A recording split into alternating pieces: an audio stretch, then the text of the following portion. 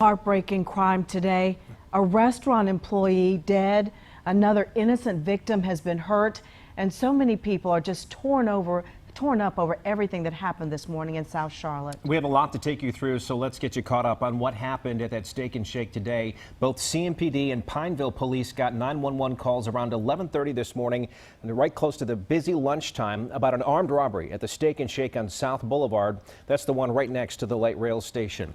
Pineville police got there first. They said they heard gunfire and saw the suspect and opened fire. They did hit that suspect, but before that, witnesses say a customer was also wounded, and again, that employee was killed, witnesses say, defending his coworkers. One of the ladies just said that one of the coworkers did get killed. He was trying to help and save his coworkers. And here's where all of this happened, at the Steak and Shake just north of Pineville and I-485. Our team coverage at 5 starts now with veteran crime reporter Mark Becker with what those employees saw. Yeah, Erica, this is as close as they're letting us get to that Steak and Shake. It's been almost 5.5 hours now, but they still have that area completely roped off, as you can see down here, while they continue to investigate. We did speak with co-workers and witnesses who saw what happened in that restaurant, and all of them said it was horrible. It was sent chills down my spine. It's kind of just really scary. It was sheer terror from the moment that masked gunman walked in to rob this Steak and Shake around 11:30 this morning. Brenda Elder had just pulled into the Circle K next door. When I pulled up, one of the workers that works in the place, he was out here. He said that a guy came in with a gun, a mask, and so he knew it was going to be bad. The initial call was person with a gun and an armed robbery call. Chief Kurt Putney said the robbery turned into a murder when that suspect shot and killed an employee. He was still in the restaurant when police from Pineville got here. A lot of gunshots? I heard enough. Yeah, what? I heard at least 3 or 4. When the shooting stopped, the suspect and another person were injured. An employee was dead, and Brenda Elder was devastated. One of the co-workers, they said he was trying to help the rest of them. He got shot and killed. So my prayers go out to the family and friends. I'm sorry.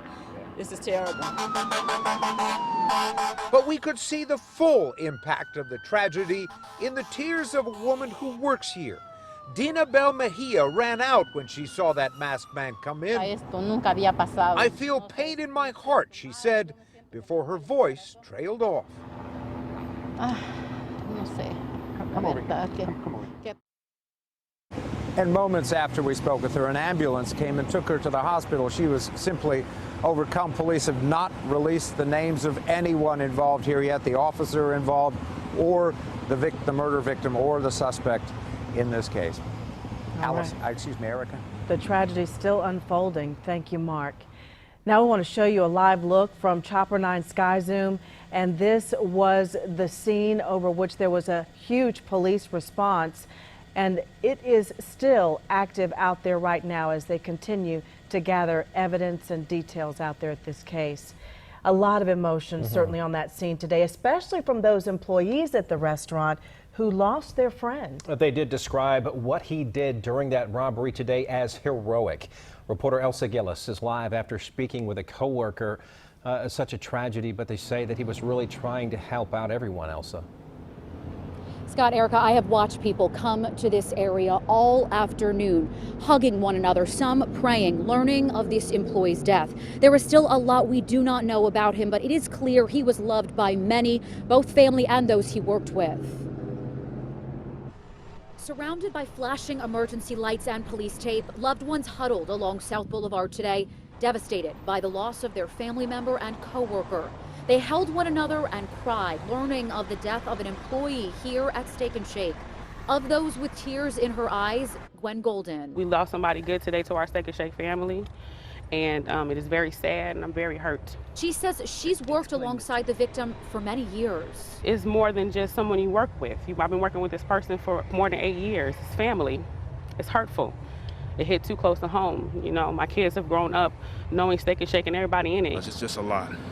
It's a lot. It's heartbreaking right now. As police pin together what led to this man's death, This person, Chris Brown, described his actions to us as those of a hero. My wife, she's a restaurant manager, and she had called me and started crying, started screaming, and she said someone came in and tried to rob them, and one employee came and stepped in, and I guess the guy pulled his gun out and shot him.